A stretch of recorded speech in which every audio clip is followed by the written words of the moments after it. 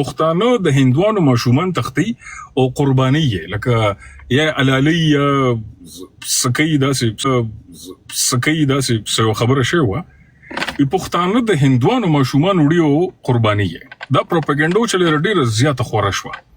هندوانو وروتېدل په پښتنو یې حملې وکړې پښتانه یې مړه کړل پښتنو کاروبارونه دوکانونه هر څه روان کړل په 1929 کې دا سکر شو ممبئی کې چې په ممبئی کې یو فیکټري و د ټیکسټایل میل فیکټري و او نوم به ډاکټر صاحب لورزي ما ته یاد بني ټیکسټایل میل فیکټري و هغه ورکرانو احتجاج وکړو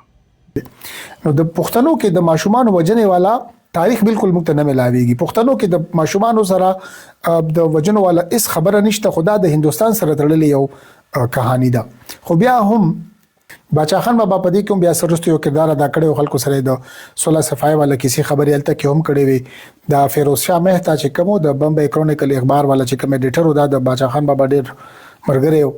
او د دې خپل د طرف نه کوشش کړو چې موږ د حالات باندې काबू واچو بلکې نشو د کم ټایم فریم خبره چوکړه د بغت رام او د انګلیش گورنر د پنجاب دا د 1930s ټایم فریم وکنه ډاکټر صاحب دلته وختي او زمونږ رور خالد حیدرزی صاحب یو خبرو کړه او زه پاغي خبرو کوم دې موضوع سره تړلې خالد حیدرزی صاحب وی چې د پښتنو او د هندوانو یو کامن انټرست هغه د پاره کار وکړو هغه د پاره مخ کې لاړ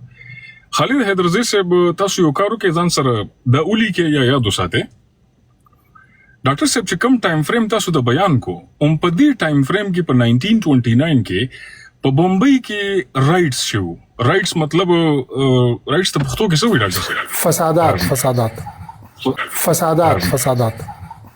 فسادات شو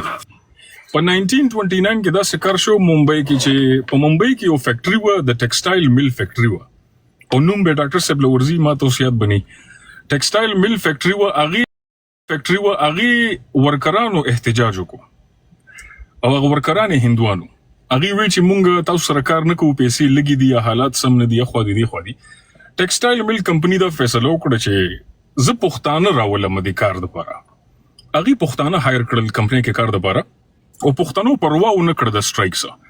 پښتنو د خلکو د هندوانو د احتجاج پروا ونه کړی سه مونږ کار راتل نه یریدل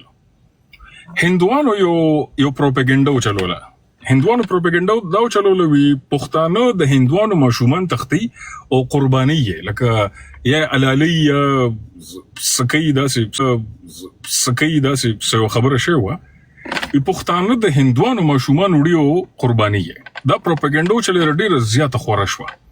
هندوانو وروتېدل په پښتنو یې حملې وکړې پښتانه یې مړه کړل پښتنو کاروبارونه دوکانونه هر څه روان کړل په بدل کې پښتانه راپاسېدل او په هندوانو کې د پیښوریانو خبرې په هندوانو کې کار وکړو هندوانو مړه کړل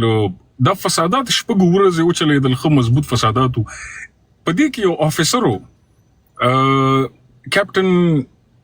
ټیم کیپټن صداسي نومو هغه ولاړو د فساد ته قتل چې څنګه یو پښتون راونی ولو مړ کو او به ټوټه کو په سړک باندې غو به وششوي مو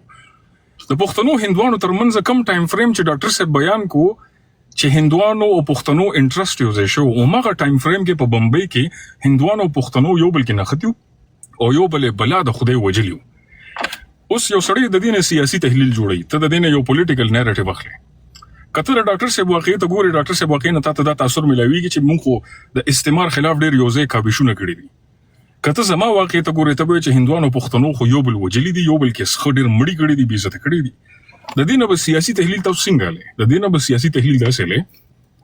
چې کلم یو پولیټیکل نریټیو جوړوي د هغه ټایم فریم ټول ایونټس براله هغه وګوري چې هغه تاسو او کتل تاسو د پته لګي چې دا کامن انټرست په یو جیوګرافي باندې او په بل جیوګرافي باندې جګړه و په یو جغرافیه باندې دوستی او په بل جغرافیه باندې دښمنی و نو دا ډیر یو مهم فیکٹر دی د تاریخ قتلو په بنا باندې چې هر ځای کې کامن انټرست نو هر ځای کې انډیویډوال یا ټرایبلیسټک انټرست هم او یو بل وجلم دی ډاکټر صاحب دا به ما یو بل اړخ تر کول تاسو په دې باندې روشنی چول شي کما په څه غلط بیان کړی هغه سمول شي کابلی والا په نوم باندې بیا په دې نوم باندې بیا دی فلم هم جوړ کړو او د دې فلم جوړولو وروسته کم د دې انګیزه او موټیویشن او دغه مقصد هم داو چې هندستانیانو ته د پښتنو یو تعارف داسې شي چې پښتانه ماشومان تختول ولا کار نه کوي، ماشومان نه تختی. کوری په پښتنو کې انفانټساید نشته. انفانټساید مطلب دا دی مونږ اسلام کله د اسلام د زرین دور خبره کوو کنه چې اسلام راغو نو د هغه وخت کم جهالت او کم کې بچ د ماشومان وجنه او خاص تور باندې د جنکو د وجلو والا خبره کوو. تاسو ګوري په هندوانو کې اوس هم داسې واقعیات کیږي، هندستاني میډیا وګوري الته انفانټساید کیږي، بالکل نیوی تازه ماشومان چې پیدا شوي هغه د خلک د خپل مذهبي عقاید په بنیاد باندې هغه کسان وجني. په دغه غونډې راواخلي د بیټ غونډې اوس مکه ته را بغي یو کله یو شي طرف ته لړکې یو کله بل طرف ته لړکې کله د کوټون را لړکې ډیر یو څورته وی چې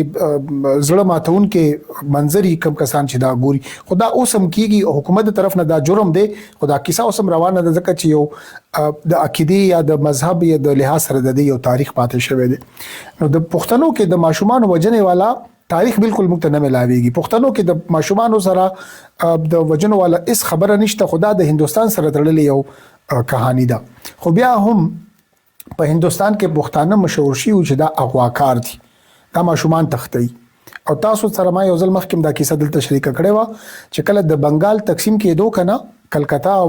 مغربي او مشرقي بنگال جوړېدو نو هغه وخت کې د پښتونخوا نه یو د فوتبال ټیم تل یو د بنو د سکول نه او دا د بنو ول ټول پښتانه چې کم کسانو دا کسان د بنگالیانو ډیر زیات وهلیو په کلکتا کې بس وجلی شي نو د دې قسمت چې بد شوی او وجه اساس زدا تاسو د 1915 او والا خبره کومه وجه دا و چې غي داخلو چې دا کسان راغلي دي دا به زموږ ماشومان تختی. دا صاحبزاده امدا صاحب چې کومه کیسه وکا دا یو ډیر ماته لګي باز یو خبره داسې ده چې زموږ په تاریخ کې یو نیمګړتیا د دې په بنیاد باندې موږ پورا کولې شو چرته به ورس په دې باندې بیا ځانګړې اوګد بحث وکړو. دا بحث دی چې کوم بالکل ټیک دی.